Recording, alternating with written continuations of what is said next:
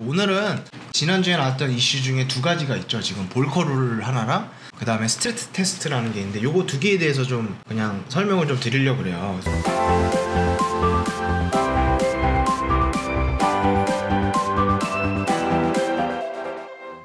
볼커 룰 하니까 벌써 눈치 빠른 분들은 아실 겁니다. 이 볼커라는 게 폴 볼커라고 사람 이름이에요. 그래서 그 사람 이름을 딴 룰이다. 법이다라고 보시면 되고, 자 일단 좀 사전적인 정의부터 조금 짚고 넘어가면 이 볼커 룰은 뭐냐, 미국 버락 오바마 정부가 은행을 포함한 은행의 위험 투자를 제한하고 그 다음에 금융회사의 대형화를 억제하기 위해서 만든 법안이다, 규제책이다, 이렇게 보시면 되고, 전 연방준비이사회 FRB 의장이자 오바마 정부 때 백악관 경제회복 자문위원회 위원장, 그러니까 지금 정권 그 트럼프 정부에서 쿠드로 같은 사람이 이제 폴 볼커였어요. 버락 오바마 때. 근데 그 양반이 제안한 게 대폭 많이 이제 반영이 되면서 이 사람의 이름을 따서 업계에서 폴 볼커라고 부르게 된 거죠. 그래서 금융위기 때, 그러니까 오바마 정부 때 도입됐던 그 규제책 중에 하나예요. 은행의 대형화를 막기 위해서. 그래서 요거 되는 거는 말씀드릴 텐데, 그러니까 쉽게 말씀드리면 은행에 대해서 통제하는 거야. 이게 왜 그러냐면, 그러니까 은행이요, 여러분. 그 시중은행이 있고 상업은행이 있어요. 근데 우리가 아는 골드만삭스나 아니면 뭐 JP모건 이런 데는 여러분 상업은행이에요. 상업은행. IB라 그러잖아요. 우리나라도 사실은 지금 그 IB 업무 쪽의 비중을 굉장히 많이 우리나라 시중은행이 늘려가고 있지만, 미국은 사실 이런 애들보다 그 IB 은행들의 그런 무분별한 확장, 고수익 투자 상품에 투자하는 이런 것들을 규제하기 위해서 만든 게 이 폴 볼커입니다. 그러니까 당연히 이거를 규제하게 된 원인이 있겠죠. 그 원인에 대해서 좀 이따 말씀드리고, 그 다음에 어찌됐든 이 폴 볼커라는 규제책이 미국의 은행업계에 이제 그 도입이 되었다가 트럼프로 그 정권이 넘어가면서 금융 당국의 어떤 그 수장들의 자리가 많이 물갈이가 됩니다. 많이 갈아치우면서 지속적으로 아까 말씀드린 그 IB 은행들, 얘네들이 그 정치권의 로비를 꾸준히 합니다. 왜냐면 어찌됐든 얘네들 입장에서는 규제가 꽉 닫혀있는 거거든. 상업은행이잖아, 말 그대로. 수익을 쫓는 은행들이란 말이에요. 그렇기 때문에 규제 이런 것들은 계속 걷어줘야지 자기네들이 그게 수익성이 커지니까 계속 지속적으로 로비를 한다는 뉴스들이 있었어요. 그러다가 2018년 5월 달부터 조금씩 이게 단계적으로 완화가 되기 시작하는데, 아까 말씀드렸던 이 폴 볼커라는 이 룰이 도입되게 된 원인은 아실 겁니다. 리먼 브라더스 파산 때문에 이제 도입이 된 건데, 이 금융위기 때 2008년 금융위기가 터져서 리먼 브라더스가 파산이 됐을 때 정말 아무도 이 대형 리먼이 파산할 거라고 생각한 사람이 없었습니다. 근데 파산을 했는데 그게 왜 파산을 했느냐, 그 CDO라는 상품이 있어요. CDO. 이게 이제 파생결합 상품 뭐 이런 건 되게 복잡해. 굉장히 시스템도 복잡한 건데, CDO라는 상품이 뭐냐면, 제가 최대한 쉽게 말씀드리면 투기 정크 본드라고 굉장히 안 좋은 것들, 그 다음에 트리플 A 이런 거 제일 좋은 거잖아요. 근데 모든 안 좋은 투기 등급 채권들을 짬뽕해갖고 거기다가 무늬만 트리플 A 몇 개 껴놔가지고 이거를 둔갑을 시킵니다. 굉장히 좋은 등급의 채권으로. 그래서 그거를 계속 팔아요. 그 다음에 뭐라고 얘기하냐면, 자, 이 꾸러미 안에 있는 채권들이 한 번에 망하지만 않으면 여러분들은 그 약정된 수익이라든지 이런 거를 다 가져갈 수 있습니다 라고 하면서 판매를 해요. 근데 많은 채권들이 있는데 그게 한 번에 도산할 확률은 정말 없잖아요. 근데 없음에도 불구하고 그게 한 번에 망했기 때문에 리먼이 이제 파산을 한 거라고 보시면 되는데, 쉽게 말씀드리면, 그래서 미국은, 저도 이번에 알았어요. 우리나라 5천만원 그 예금자 보호법 5천만원 들어가죠. 근데 미국은 10만 불이래요 그게. 그래서 리먼이 터지면서 그 10만 불 예금자 보호법에 해당하는 사람들이 그 10만 불 줘야 될 거 아니야. 근데 그거는 은행이 주는 게 아니에요, 여러분. 미국 연방 보험예금공사, 여기서 이제 주는 거예요. 보험사 같은 그런 기관에서 주는 거란 말이에요. 그러니까 그렇게 되니까 어떻게 돼? 지금 다 파산 나면서 지금 주변에 그 피가 낭자한 상황이 아니야. 그래서 10만 불을 예금자 보호법에 해당되는 사람들 10만 불을 계속 뿌려줘야 되는데, 예금보험공사가 지금 돈이 무한정 있는 게 아니잖아요. 그래서 결국에는 어떻게 하냐면, 은행이 파산하면 이걸 줘야 되니까 은행을 파산하지 않게 규제를 그때 살짝 풀어줘 버립니다. 그렇게 되면 어떻게 돼요, 여러분? 사실은 망했어야 되는 은행이 살아남다 보면 그 은행들이 또 좀비 은행으로 남게 되고, 그런 식으로 이렇게 흘러가다 보니까 그 당시에 폴 볼커가 야 이거 아니야, 이거 해서 안 돼, 이거 또 이런 사태 나오면 아주 개작살나. 그래서 폴 볼커라는 룰 꽝꽝 찍은 거예요 그때.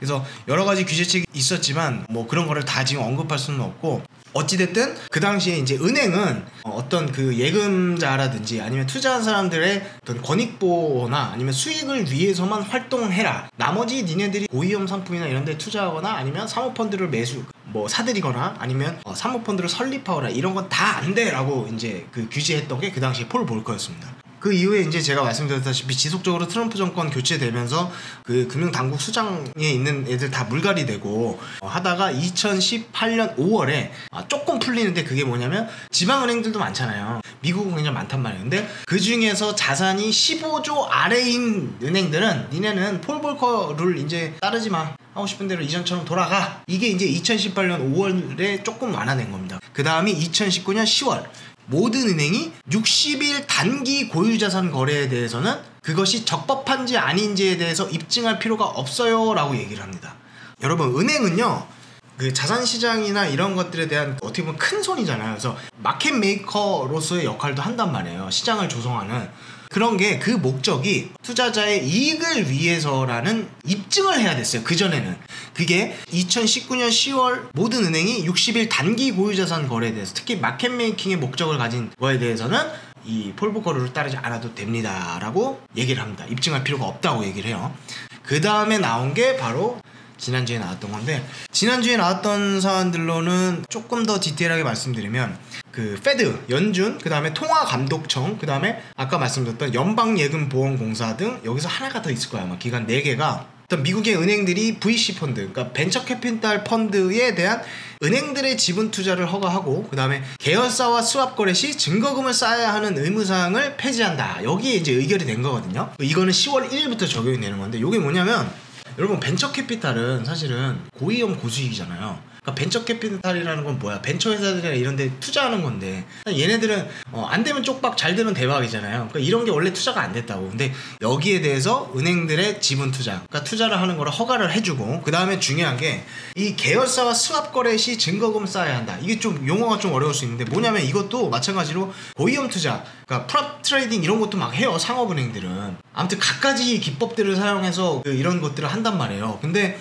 그 거래를 할 때, 특히 계열사와 거래할 때는요, 그전에는 증거금을 일부 내가 예치를 해야 됐던 거야. 그러니까 증거금이라는 거는 뭐냐면, 예를 들어서 내가 1000억 정도로 투자하려고 그러면 거기에 대한 증거금을 뭐 한 500억 달러 정도는 예치를 시켜놓은 상태에서, 그 다음에 그거를 뭐 유지증거금 뭐 이런 거 있었겠지. 그러니까 증거금을 항상 쌓아야 되니까 은행 입장에서는 뭐예요? 돈이 묶여있는 거잖아, 항상 증거금이. 근데 이거를 증거금을 묶여있는 거를 폐지시켜준다니까 그만큼 이게 유동성으로 풀릴 수가 있어요. 그만큼 은행들이 이거를 활용을 할 수가 있는 거잖아요. 그러니까 이거 자체로 시장에 어떤 유동성을 공급할 수 있는 효과가 난다는 거예요. 그래서 목요일날 이 폴 볼커를 발표됐을 때 은행들이 주가가 점프를 한 겁니다. 그래서 요게 뭐 블룸버그 이런 보면 400억 달러 정도의 유동성이 풀릴 거다, 요번에 조치를 인해서, 그런 기사가 있는데 사실은 400억 달러가 여러분 그렇게 큰 건 아니에요.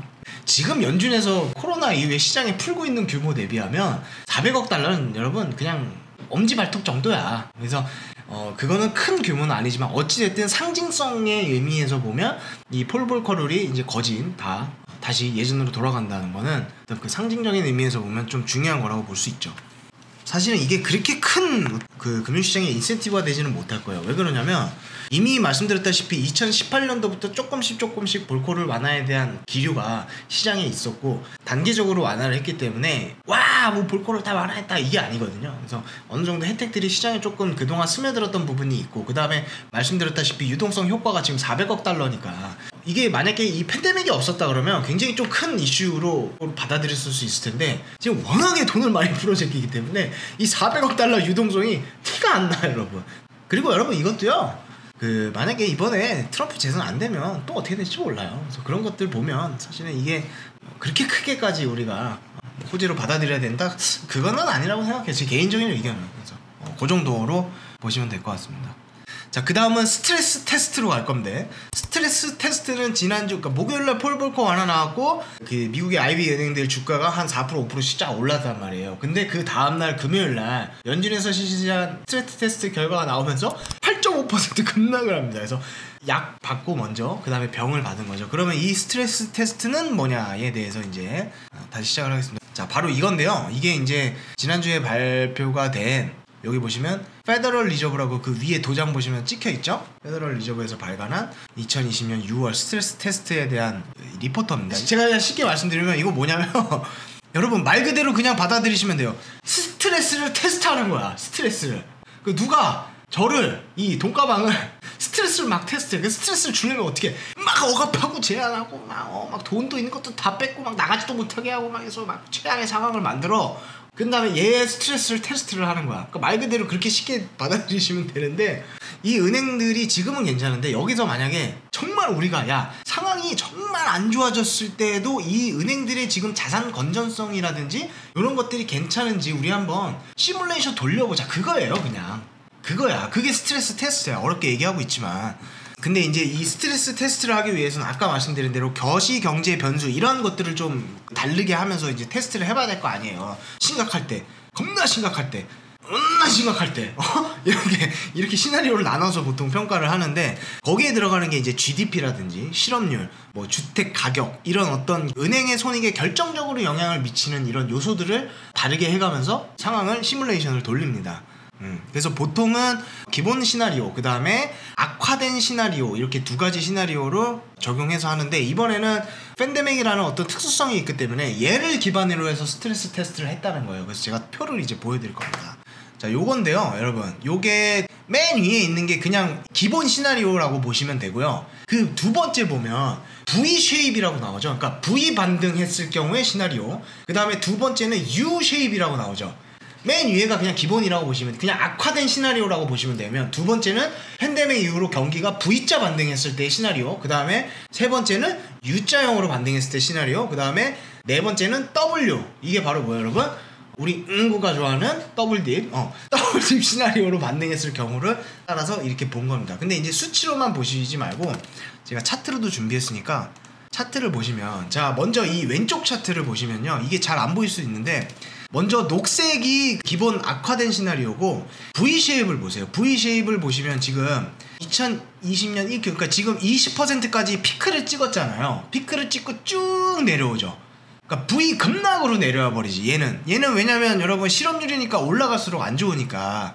그래서 쭉 내려와서 올해 말에는 한 7% 8%까지 갔다가, 그 다음에 점진적으로 좋아져서 2023년 1월에는, 그러니까 지금 그래프 중에 맨 끝에가 맨 아래에 있는 거 보시면 됩니다. 그게 5% 언더로 내려간다. 그러니까 5% 언더라고 하면 팬데믹 터지기 이전이잖아. 그러니까 2023년까지 종국에는 5% 언더로 내려간다는 게 이제 V자 반등했을 때의 경우예요. 그 다음에 U자는 그거보다 조금 안 좋죠. 이 잘 보이실지 모르겠습니다만, 여기 지금 빨간색으로 표현된 거, 이렇게 스무스하게 내려오죠. 그 나이키자처럼 이렇게 나이키자 뒤집어 놓은 것처럼 쭉 내려온 거. 얘는 15%까지 갔다가 그 다음에 점진적으로 쭉 하락해서 결국 2023년도 1분기에는 한 7% 정도. 그 다음에 W가 제일 문제야, 여러분. W가 15% 갔다가 그 다음에 8% 7%까지 쭉 빠져요. 실업률이 다시 좋아져요. 그러다가 다시 올라가서 14%까지 올라갔다가 그 다음에 점진적으로 흐물흐물 내려가서 2023년도 3년 뒤에는 한 10%까지 내려온다. 요게 이제 스트레스 테스트 결과예요, 지금. 자, 그 다음에 오른쪽 GDP는 더 좀 보시기가 편할 겁니다. 이 V쉐입 같은 경우는 2020년도에서 쭉 해갖고 10%, 그러니까 기저효과예요, 이게 여러분. 기저효과라서 이렇게 많이 올라가는데, 11%까지 갔다가 그 다음에 쭉쭉쭉쭉쭉쭉 하다가 결국에는 0%, 0% 조금 상회하는 수준, 2%, 3%, 이것도 결국에는 팬데믹 이전 수준으로 돌아가는 거. 이게 이제 사실은 가장 좋은 거고, 그 다음에 U자는 10% 넘게까지 못 올라가죠. 맥시멈 한 2%까지 쭉 당겼다가 거기서 옆으로 그냥 쫙 기어버리는 거. 그 다음에 W쉐입 같은 경우는 30%까지 갔다가 다시 마이너스 10% 갔다가 그 다음에 다시 평년 수준인 2% 정도로 점진적으로 올라가는 요런 모양이고, 그 연준에서 이번에 이 지표를 발표를 하면서 뭐라 그러냐면, 결국에는 여러분 이것도 어차피 테스트예요. 테스트고 그 어떻게 될지 아무도 몰라요. 그리고 지금 보면 여러분 이게 코로나가 어떻게 되느냐에 따라 다 달라지겠죠. 연준 같은 경우는 W자 이번에 2차 웨이브가 좀 더 기간이 길어지고 사망자가 늘어나고 어떤 셔다운이 다시 된다고 하면 우리 경기는 W자로 갈 수 있습니다 라고까지 어제 발표를 했습니다, 지난주에. 그래서 이런 것들에 대해서 시장이 좀 부담을 느끼고 낙폭을 좀 크게 가져갔는데, 결국 이번에 이거를 민감도 분석이라고 그러거든, 여러분. 민감도 분석인데 이번에 34개의 은행이 테스트 대상이 돼서 이게 시행을 한 거예요. 근데 결론은 뭐냐면 연준에서, 그러니까 대부분 굉장히 안 안 좋은 시나리오로 가더라도 은행의 자본 건전성이 그래도 괜찮은 편이지만 그럼에도 불구하고 그 중에 몇 개는 만약에 우리가 W자로 갔을 경우에 아슬아슬한 수준까지 갈 수 있다. 그래서 우리는 그런 것까지 경계를 해야 된다. 그러면서 얘기한 게 뭐냐면 두 가지를 지금 제안을 걸어버렸죠. 첫 번째 뭐예요? 그러니까 주주환원 정책을 하지 말라는 거야. 주주환원 정책의 대표적인 두 가지가 뭐예요, 여러분? 하나는 배당 주는 거. 그 다음에 두 번째는 뭐예요? 자사주 매입, 바이백. 자사주 매입은 3분기 때 아예 하지 말라 그랬어요. 아예 금지. 니네 3분기 때 자사주 매입은 금지. 그 다음에 배당 같은 경우는 3분기 때 니네들이 2분기 때 줬던 거를 상한선으로 해서 더 이상은 못 줘. 줄 거면 2분기 때 줬던 거 맥시멈으로 주고 그 이상은 3분기 때는 절대 못 줘라고 얘기를 하는데 이것도 니네가 실적이 안 좋으면 우리가 추가 제재 들어갈 거니까 그러니까 배당 주지 말라는 거야. 3분기 때부터는. 그러니까 이 조치가 나온 게 사실은 연준이 괜찮다, 대체적으로 괜찮은 수준이라고 얘기했지만 이런 조치가 나온 거는 사실은 연준에서 지금 은행들 자산 건전성 평가하니까 속으로 까보니까 안 좋은 거 아니냐라는 거예요. 안 좋으니까 이런 걸 하겠지. 겉으로는 좋다고 얘기를 하지만. 그래서 아까 말씀드렸던 네 번째 요거 같은 경우는 이게 뭐냐면 여러분 CET라고 해서 그 은행의 보통주 자본 비율이에요. 보통주 자본 비율이니까 얘는 퍼센트가 그냥 올라가면 좋다라고 생각하시면 돼요. 퍼센트가 높을수록 자산 건전성이 높다고 생각하시면 되는데 지금 12%였고 그 다음에 두 번째 막대 10.3이 그냥 시나리오, 그냥 안 좋은 시나리오고 그 뒤에 V 쉐입, U 쉐입, W 갈수록 이게 떨어지잖아 여러분. 그래서 10.3에서 7.7% 구간까지 변동폭으로 보일 수 있다. 범위 레인지를 이렇게 결론을 낸 겁니다. 그래서 이번에 그 제재, 그러니까 이 주주환원 정책을 규제하는 거에 대한 특권을 행사한 게 그 연준 이사 5명이래. 5명인데 4명은 다 찬성을 해서 이런 결론이 나왔고 그 중에 1명이 반대를 했는데요. 그 중에 1명이 누구냐면 그 브레이너드 이사. 이 브레이너드 이사인데 반대를 한 게 여러분 이런 거 제재하지 말자고 반대한 게 아니라 더 심하게 하자고 반대를 했대. 더 심하게 배당도 주지 말자라고 얘기해. 그 반대래. 반대가 더 심한 반대를 했대요. 그래서 이 브레이너드 이사 빼고는 4명이서 지금 이번에 합의를 하면서 이런 규제책이 나온 겁니다. 그러면서 이제 은행주들이 떡락을 했죠. 근데 이 브레이너드 이사는요 보니까 제가 좀 찾아보니까 그 오바마 정부 때 임명됐던 사람이래요. 오바마 정부 때 임명돼갖고 계속 그 이후로 금융 규제 완화하는 거에 대해서 줄기차게 반대를 했던 사람이고 오바마 때 사실은 그 이번에 이 힐러리가 됐으면 이 사람이 아마 재무부 장관이 됐을 정도로 굉장히 좀 예전부터 그 입지가 있는 사람이었나요. 어쨌든 이 사람만 저렇게 했다는 얘기를 드리면서 어렵지 않죠. 스트레스 테스트도 여러분 어려운 게 아니야. 이거 하나도 안 어려워. 이게 그냥 쉽습니다.